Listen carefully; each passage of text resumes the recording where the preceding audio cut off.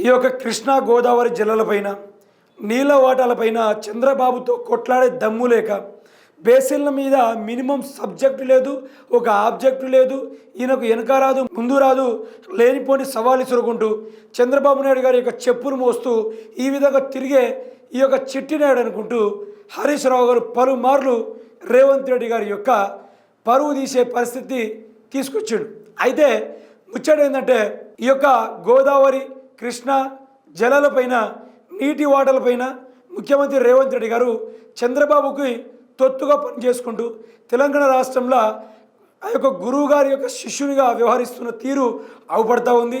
గోదావరి నీళ్ళ నుంచి మనకు 1000 టీఎంసీలే మాకు చాలు, కృష్ణానది నుంచి మాకు 500 టీఎంసీలే చాలు, బాజప్తుగా నువ్వు మిగతా దోచుకోవచ్చు, మా తెలంగాణ రాష్ట్ర ప్రజలు ఆగమైపోయినా పర్లేదు, రిజర్వాయర్లు నిండకున్నా పర్లేదు, మా ప్రజలు నీళ్లు తాగకున్నా పర్లేదు, చంద్రబాబు నాయుడు గారు 100 ఏళ్ల పాటు 3 పువ్వులు 420 కాయలతోటి వర్ధిల్లాలనే తీరుతోటి ఆయన ప్రవర్తిస్తూ ఉన్నాడు. నీకెంత దమ్ము ధైర్యం ఉంటే ఈ విధంగా చేస్తావు? నీళ్ళ కోసం మేము ప్రాణ త్యాగాలు చేస్తూ ఉంటే నువ్వేమో చంద్రబాబు నాయుడు గారి యొక్క చెప్పులు తుడిచే కార్యక్రమం ఇంకా మానుకోలేదా అనుకుంటూ హరీష్ రావు గారు మాస్ కౌంటర్ ఇవ్వడం జరిగింది.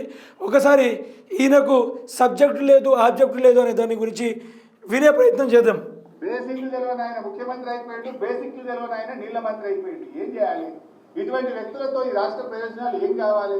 అధికారం కోల్పోయినా కూడా తెలంగాణ రాష్ట్ర రైతన్నుల సాగునీళ్ళ కోసం, తెలంగాణ రాష్ట్ర ప్రజల తాగునీళ్ళ కోసం బీఆర్ఎస్ పార్టీ తమ ప్రాణాలు సైతం లెక్క చేయకుండా ఆ రోజు నుంచి కొట్లాడుకుంటూ వస్తూ ఉంటే ఈరోజు చంద్రబాబు నాయుడు గారి యొక్క చెప్పులు తుడుస్తూ బూట్లు తుడుస్తూ కాళేశ్వరం కూలిపోయిందని చెప్తూ కొన్ని వేల టీఎంసీ నీళ్లను ఏపీ రాష్ట్రానికి తరలించి 3 పంటలకు సరిపడా నీళ్లను ఆంధ్రప్రదేశ్లో చంద్రబాబు నాయుడు గారు స్టోరేజ్ చేసుకున్నాడు. కానీ తెలంగాణ రాష్ట్రంలో మన రాష్ట్ర ప్రజల రైతుల యొక్క పొలాలు ఎండిపోతూ ఉన్నాయి, కానీ ఏపీలో మాత్రం 3 పంటలకు సరిపడా నీళ్లను విడిచిండు మన ముఖ్యమంత్రి రేవంత్ రెడ్డి. ఒకరికేమో బేసిన్ల మీద సబ్జెక్ట్ లేనివాడు ముఖ్యమంత్రి అయిండు, సబ్జెక్టే లేనివాడేమో నీటిపారుదల శాఖ మంత్రి అయిండు.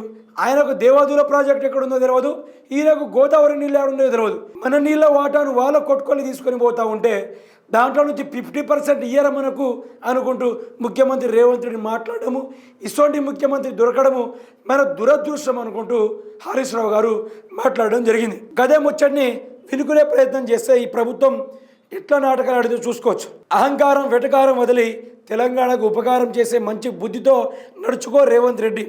రేవంత్ అజ్ఞాని అని బాధలో అంటున్నా.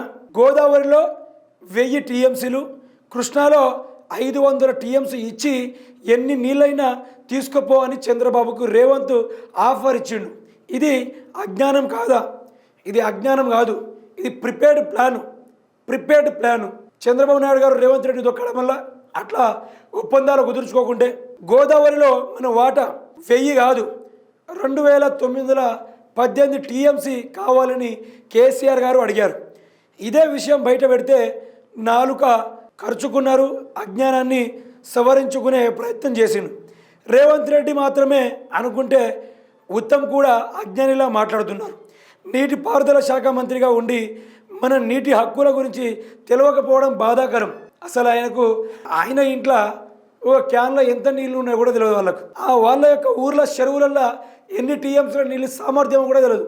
ఆ చెరువు పేరు కూడా తెలియదు ఆయనకు. ఒక మాట చెప్పాలండి, అసుంటోడు మనకు నీటిపారుదల శాఖ మంత్రి అవడు మనకు సిగ్గుచ్చాడు నేను అంటున్నా, హరీష్ రావు గారు కూడా అంటున్నారు. కృష్ణాలో ఒకవైపు 763 టీఎంసీలు కోసం న్యాయవాదులు పోరాటం చేస్తుంటే ఉత్తమ్ కుమార్ రెడ్డి 573 టీఎంసీలు చాలు అని అంటాడు. ఈయనేమో 573 టీఎంసీలు అంటాడు.